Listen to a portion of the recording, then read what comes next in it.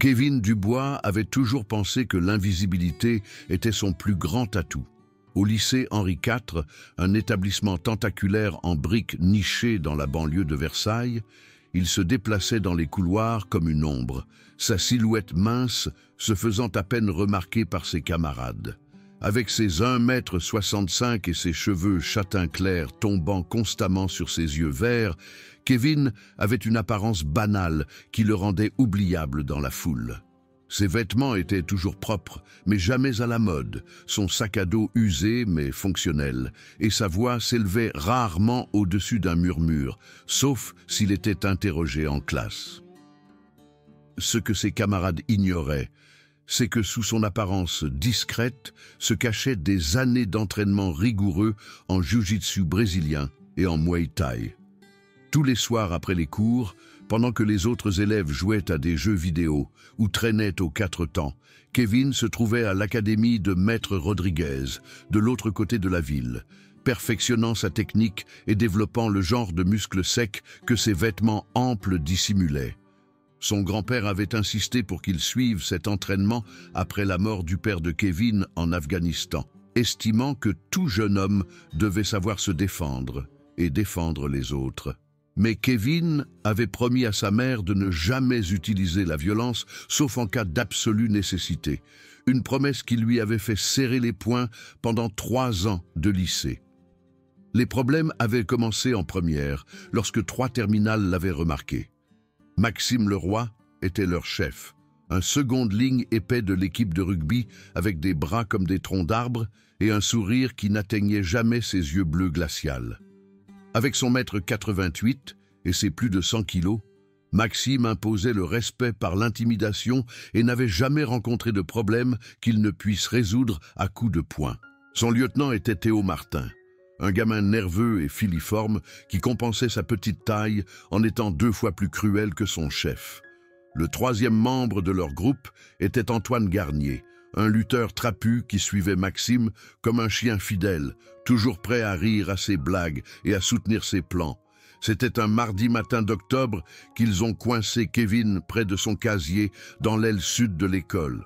Le couloir se vidait alors que les élèves se précipitaient vers leur premier cours, laissant Kevin seul avec ses livres lorsque l'ombre massive de Maxime est tombée sur la porte de son casier. « Salut le fantôme !» dit Maxime, sa voix portant le genre de menace désinvolte qui incitait les autres élèves à accélérer le pas. « Tu es sur ma place. » Kevin regarda autour de lui dans le couloir, confus. Il utilisait ce casier depuis 2 mois sans incident. « Je crois qu'il y a une erreur, » dit-il doucement, sans croiser le regard de Maxime. « C'est le casier 247.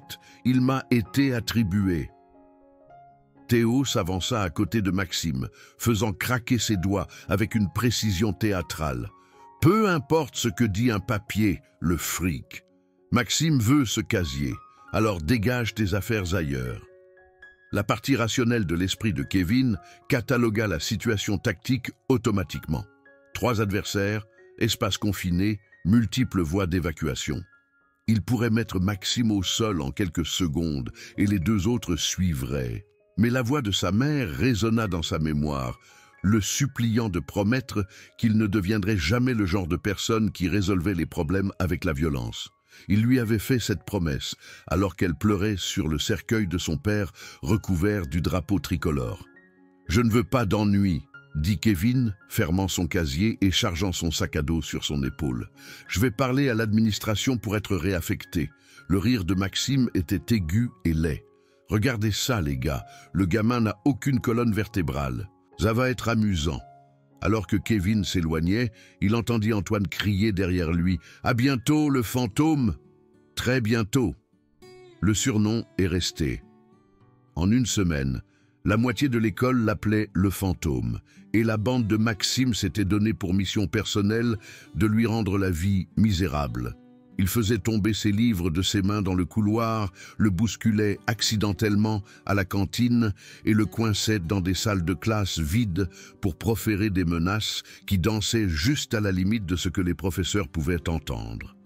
Kevin endurait tout en silence, la mâchoire serrée et les poings enfouis au fond de ses poches.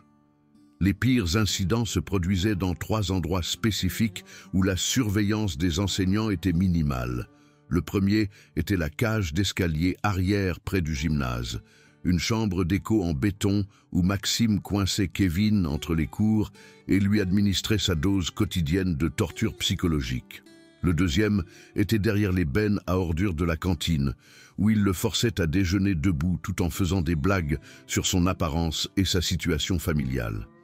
Le troisième était le parking après les cours, où il le suivait parfois jusqu'à sa vieille Peugeot 205 et s'assurait qu'il comprenait que sa journée d'humiliation n'était pas terminée juste parce que la dernière cloche avait sonné.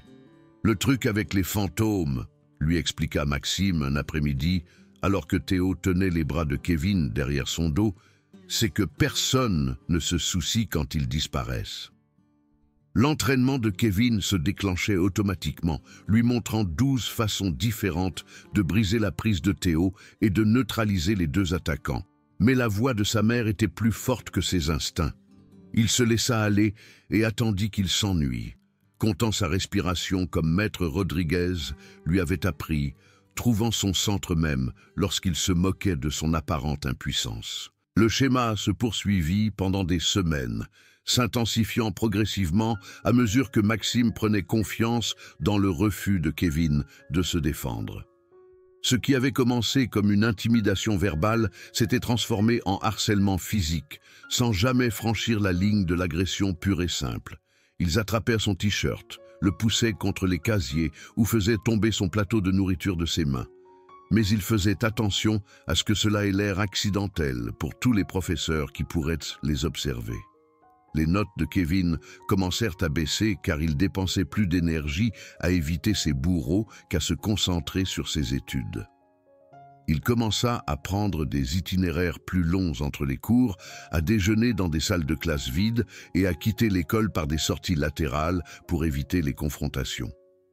Ses professeurs remarquèrent sa distraction, mais l'attribuèrent aux problèmes typiques de l'adolescence.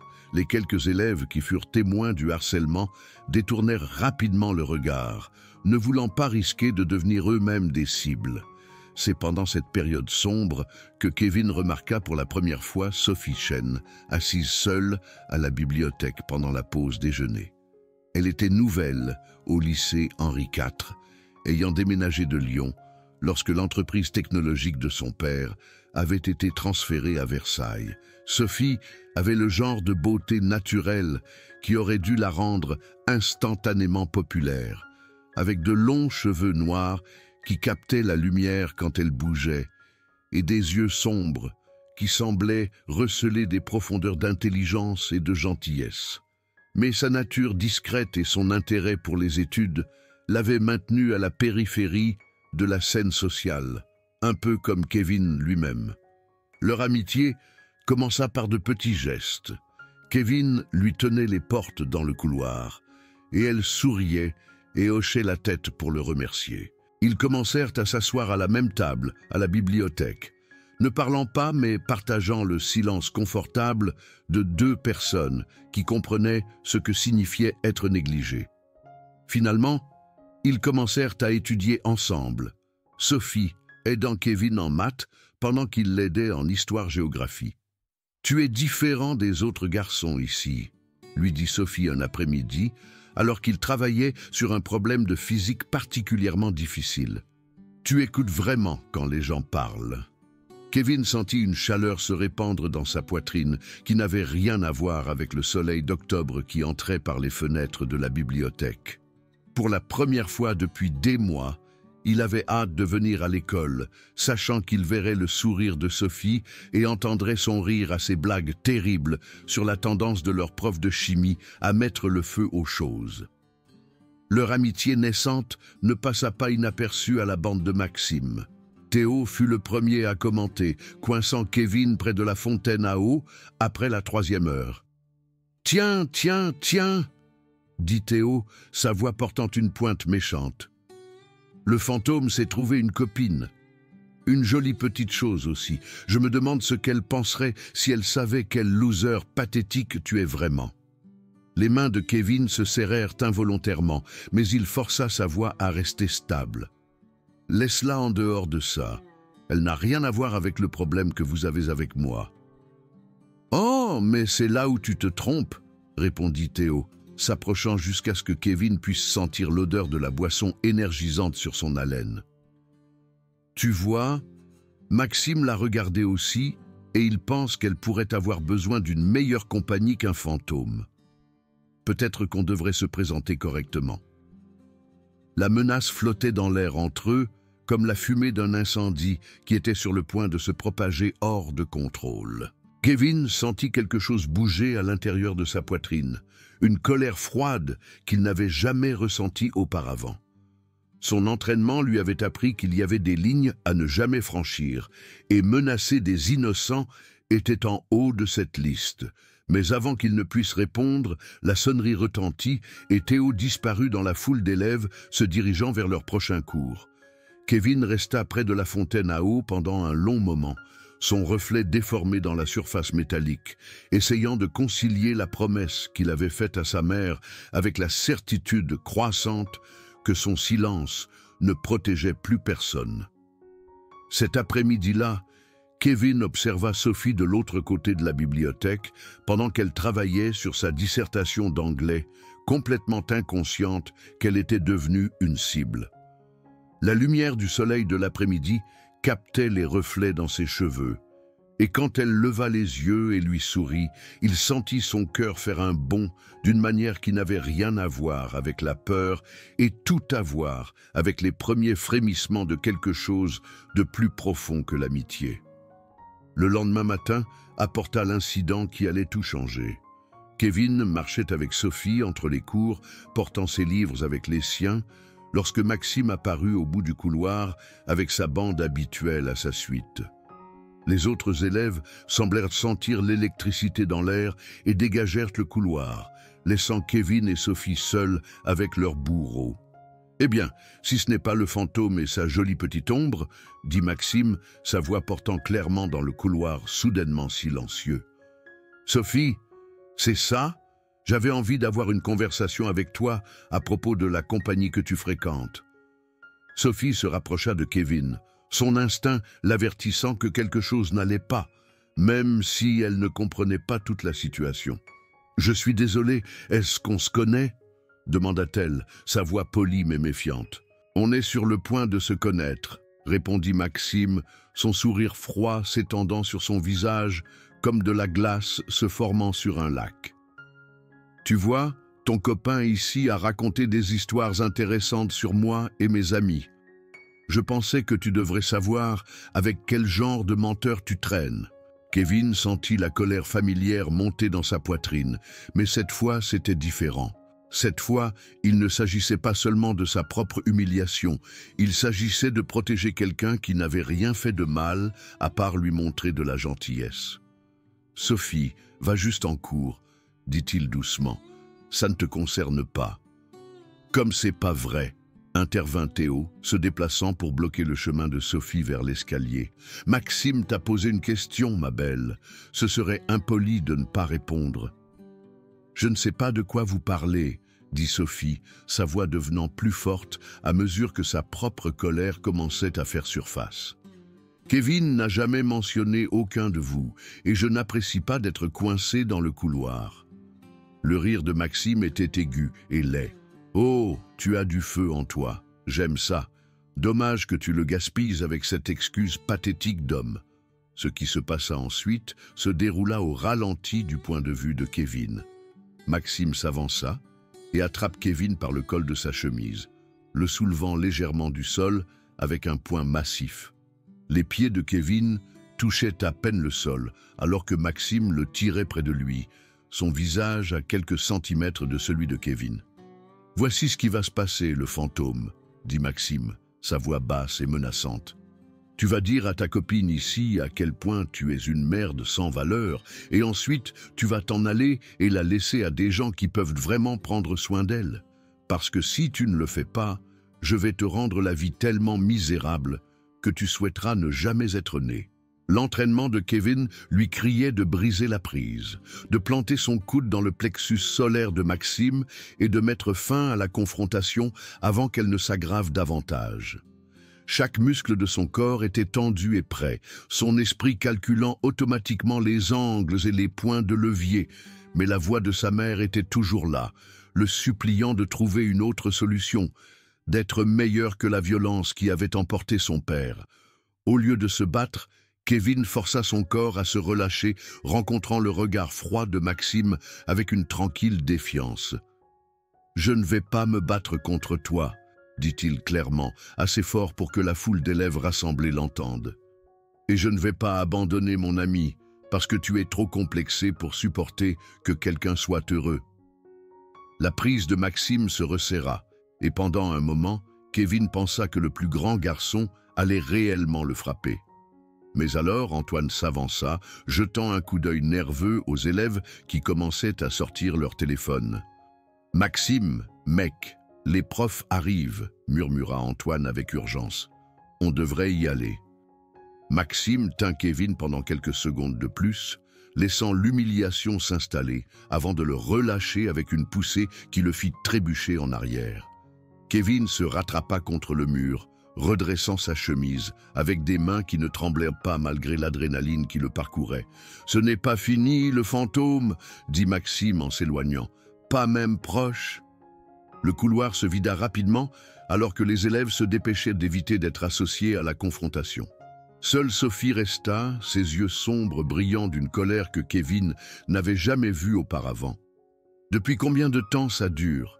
demanda-t-elle, le suivant alors qu'il ramassait ses livres éparpillés sur le sol. « Ce n'est pas important, » répondit Kevin, ne croisant pas son regard. Il pouvait encore sentir les mains de Maxime sur son col, encore entendre le rire des élèves qu'il avait vus se faire humilier. « Tu devrais rester loin de moi pendant un moment. C'est mon problème à régler. »« Comme c'est pas vrai, » rétorqua Sophie, faisant écho aux mots de Théo plus tôt, mais avec une intention totalement différente. « Personne ne mérite d'être traité comme ça, surtout pas quelqu'un d'aussi bien que toi. » Ces mots frappèrent Kevin plus fort que n'importe quel coup physique aurait pu le faire. Pendant 3 ans, il avait enduré le harcèlement en silence, se disant que c'était la chose noble à faire, que s'élever au-dessus de la violence le rendait meilleur que ses bourreaux. Mais en voyant la colère dans les yeux de Sophie, en voyant comment son refus de se battre en avait maintenant fait une cible, il commença à se demander si sa promesse à sa mère était devenue une prison qu'il s'était lui-même construite. Ce soir-là, Kevin se tenait dans l'académie de Maître Rodriguez, travaillant ses katas avec une précision et une intensité qui faisaient que les autres élèves lui laissaient une grande place. Ses coups de pied claquaient avec le son d'une violence contrôlée. Ses coups de poing fendaient l'air comme des lames, et son travail de grappling contre le sac de frappe laissait des impressions qui mettraient des heures à s'estomper. « Ta forme est parfaite, comme toujours », observa Maître Rodriguez, regardant Kevin travailler une combinaison complexe qui passait des frappes aux projections en passant par le contrôle au sol. « Mais ton esprit est troublé. Qu'est-ce qui pèse sur ton esprit, jeune guerrier ?» Kevin s'arrêta dans son entraînement, la sueur dégoulinant de son visage sur les tapis qui étaient sa deuxième maison depuis tant d'années. « Maître, que faire si quelqu'un menace quelqu'un à qui tu tiens ?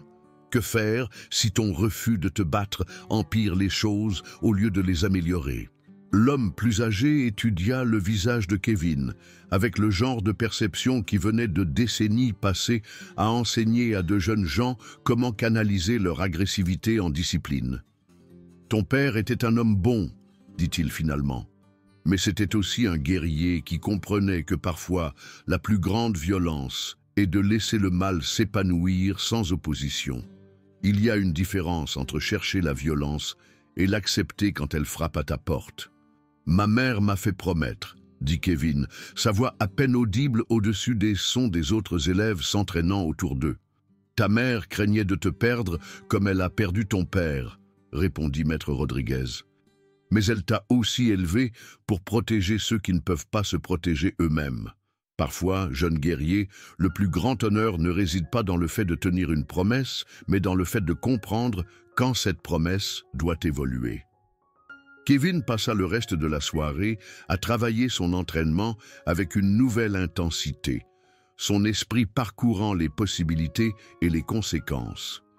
Au moment où il quitta l'académie, quelque chose de fondamental avait changé dans sa perspective. Il était toujours la même personne calme et réfléchie qu'il avait toujours été, mais maintenant, il y avait de l'acier sous la surface qui n'était pas là auparavant. Les jours suivants se déroulèrent dans un calme précaire qui rappelait à Kevin l'immobilité avant un orage. Maxime et sa bande continuèrent leur guerre psychologique, mais ils semblaient attendre quelque chose, préparant un grand geste qui cimenterait leur domination une fois pour toutes. Kevin continua à s'éloigner de leur confrontation, mais maintenant, ses retraites étaient stratégiques, plutôt que soumises, son esprit cataloguant leurs schémas et leurs faiblesses, avec la froide précision de quelqu'un se préparant à la guerre. Sophie remarqua immédiatement le changement. Il y avait une qualité différente dans le calme de Kevin maintenant. Une sensation d'énergie contenue qui n'était pas là auparavant. Quand elle lui en fit la remarque, il se contenta de sourire et de changer de sujet. Mais elle le surprit parfois à regarder la table de Maxime pendant la pause déjeuner avec une expression qui lui faisait penser à des eaux profondes, cachant des courants dangereux. Le point de rupture survint un vendredi après-midi de novembre. Kevin était resté tard pour rattraper un TP de chimie et les couloirs étaient presque vides quand il finit par rassembler ses affaires pour partir. Il marchait vers le parking quand il entendit des voix venant de derrière les bennes à ordures de la cantine, dont l'une qu'il reconnut avec un frisson qui lui parcourut l'échine comme de l'eau glacée.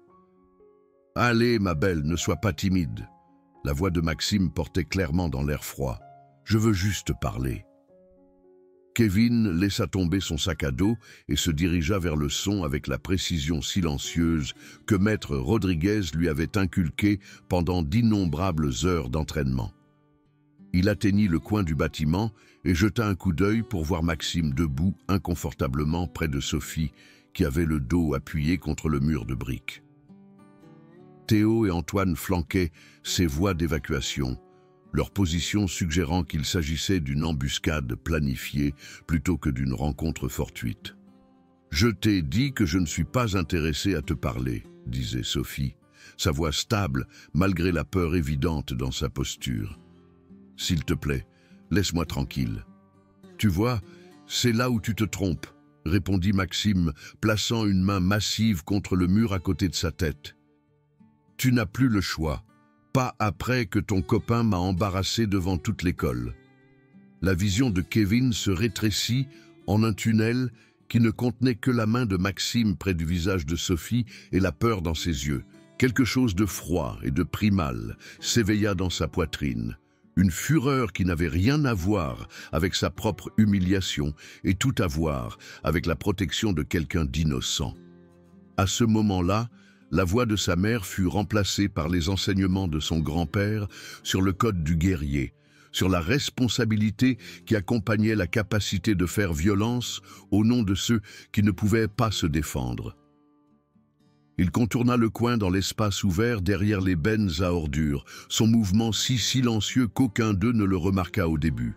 Quand il parla, sa voix portait une qualité qu'aucun d'eux n'avait entendue auparavant, calme et égale, mais avec un sous-ton qui fit réellement reculer Théo d'un pas. « Enlève tes mains d'elle, maintenant !» Maxime se retourna avec ce même sourire froid, mais quelque chose dans la posture de Kevin le fit hésiter un instant avant de retrouver son arrogance. « Eh bien, si ce n'est pas le fantôme lui-même, tu es venu regarder ta copine recevoir ce qui lui arrive ?»« Je vais le dire une fois de plus, » répondit Kevin, sa voix ne s'élevant jamais au-dessus du niveau de la conversation. « Enlève tes mains d'elle et va-t'en. C'est ton seul avertissement. » Le rire de Maxime était dur et grinçant. « Ou quoi? Tu vas courir pleurer chez maman comme tu le fais toujours? Avoue-le, le fantôme, tu n'es rien d'autre qu'un lâche qui se cache derrière les femmes. Théo et Antoine s'étaient positionnés pour couper toute retraite, s'attendant clairement à une autre victoire humiliante sur leur victime préférée. Ce que aucun d'eux n'attendait, c'était que Kevin s'avance au lieu de reculer, se déplaçant avec une grâce fluide qui semblait le transformer d'un adolescent inoffensif en quelque chose de tout à fait plus dangereux. « Sophie !» dit Kevin sans quitter Maxime des yeux. « Va-t'en, va au bureau et appelle la sécurité. » « Je ne vais pas te laisser ici avec eux, » répondit-elle fermement, bien qu'elle s'éloignât de la présence menaçante de Maxime. « Tu le feras si tu me fais confiance, » dit Kevin, et quelque chose dans son ton la fit obtempérer, se dirigeant rapidement vers le parking tout en sortant son téléphone. Maxime la regarda partir avec amusement, appréciant clairement ce qu'il considérait comme un autre exemple de la faiblesse de Kevin. « La voilà qui s'en va. Je suppose que nous sommes juste entre garçons maintenant. » « C'est très bien, » répondit Kevin, se mettant dans une position que Maître Rodriguez aurait reconnue comme une position de combat parfaite. « Je préfère ça comme ça. » Pour la première fois, le doute traversa le visage de Maxime. Il y avait quelque chose de différent chez le plus petit garçon, une confiance qui n'était pas là lors de leur précédente rencontre. Mais il était toujours 20 kilos plus lourd et n'avait jamais perdu un combat de sa vie, alors il rejeta le sentiment et s'avança avec les poings levés.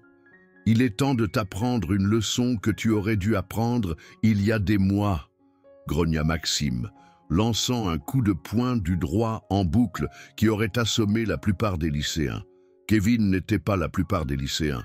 Il esquiva le coup avec un mouvement minimal, ses années d'entraînement rendant l'attaque télégraphiée de Maxime maladroite et lente. Avant que Maxime ne puisse retrouver son équilibre, Kevin entra dans sa portée et planta un coup de coude précis dans son plexus solaire, chassant tout l'air de ses poumons en une seule inspiration explosive. Maxime se plia en deux, haletant, et Kevin aurait pu mettre fin au combat à ce moment-là avec un coup de genou ou un coup de marteau à l'arrière de son cou. Au lieu de cela, il recula et donna à son adversaire l'espace nécessaire pour récupérer les enseignements de son grand-père sur l'honneur, l'empêchant de profiter d'un ennemi sans défense. « Va-t'en, Maxime !» dit-il calmement. « Ça n'a pas besoin d'aller plus loin. » Mais la rage de Maxime s'accumulait depuis des mois, nourrie par chaque moment où Kevin avait refusé de se défendre, chaque humiliation qui avait été absorbée en silence. Il se redressa avec le meurtre dans les yeux et chargea comme un taureau enragé, sa taille et son poids supérieur transformés en armes. Kevin s'écarta de la charge et utilisa l'élan de Maxime contre lui, appliquant une projection de hanche qui envoya le plus grand garçon s'écraser contre le côté de la benne à ordures avec un bruit métallique qui résonna sur le parking.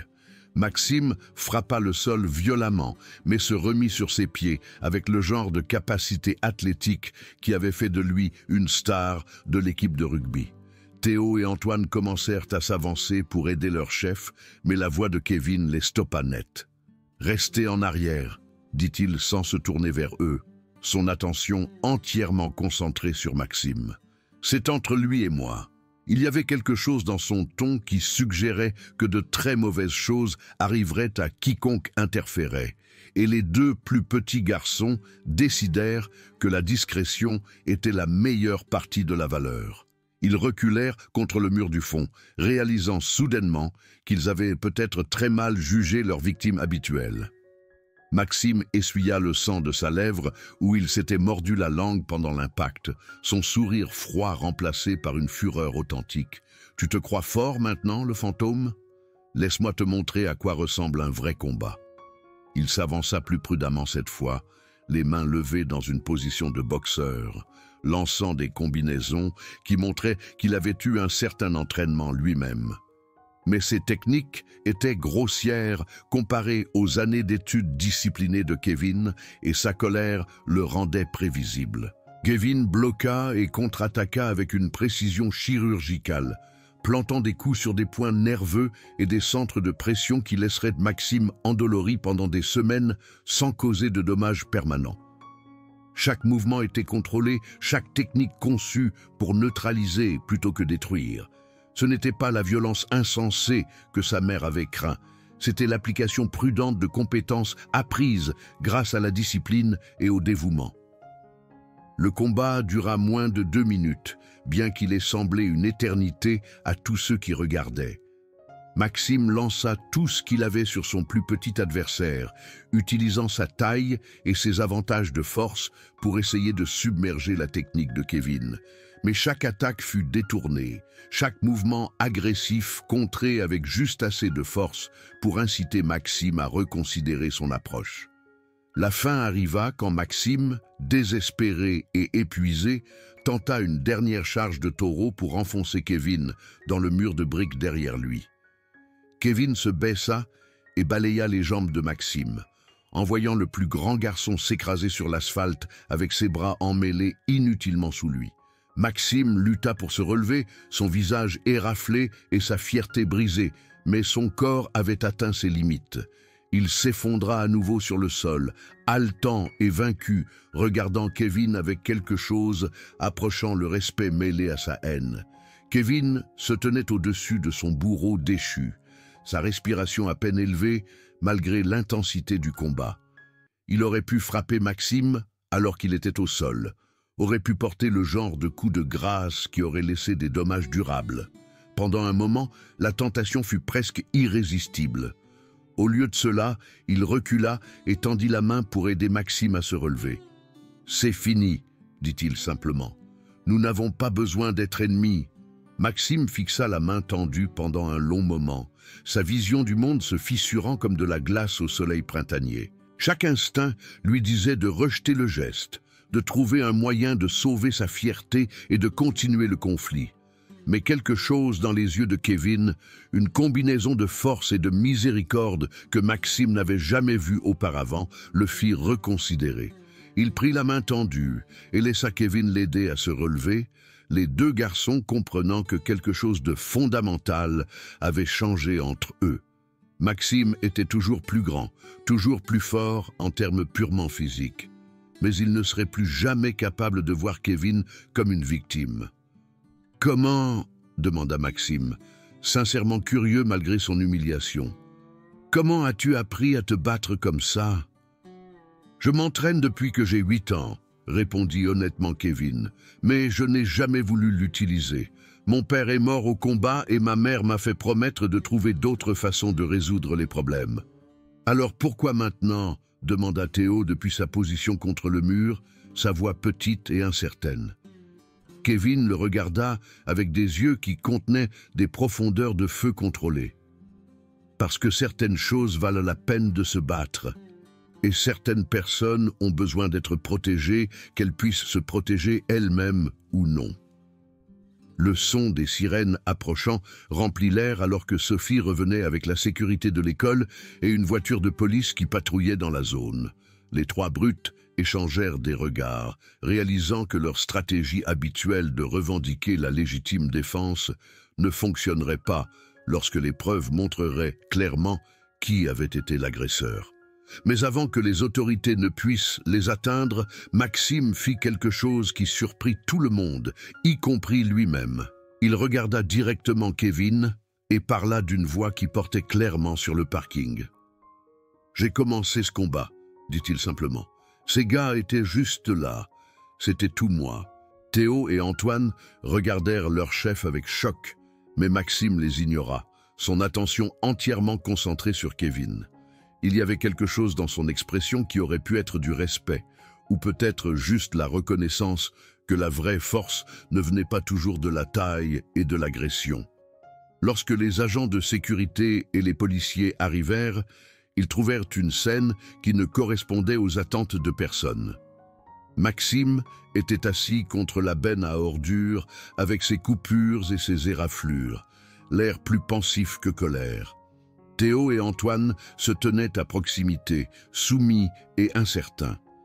Et Kevin se tenait calmement à côté de Sophie, ses vêtements à peine froissés, malgré le fait qu'il venait de gagner le combat le plus décisif de la mémoire récente du lycée Henri IV. Les conséquences furent étonnamment anticlimatiques. La confession de Maxime, combinée au témoignage des témoins et à la vidéo du téléphone de Sophie du début de la confrontation, rendit la situation claire pour toutes les personnes impliquées. Maxime reçut une suspension et fut tenu de suivre une thérapie de gestion de la colère. Théo et Antoine reçurent une retenue et de sévères avertissements concernant leur conduite future. Kevin ne reçut aucune punition, ses actions relevant clairement des politiques d'autodéfense de l'école. Plus importante encore, la nouvelle du combat se répandit dans l'école avec la vitesse que seuls les commérages adolescents pouvaient atteindre, emportant avec elle une nouvelle compréhension de qui était vraiment Kevin Dubois. Le changement dans la dynamique de l'école fut immédiat et profond. Les élèves qui avaient ignoré Kevin pendant 3 ans trouvèrent soudainement des raisons de lui parler, non pas par peur, mais par respect sincère pour quelqu'un qui avait été assez fort pour endurer le harcèlement sans devenir lui-même un harceleur. Les professeurs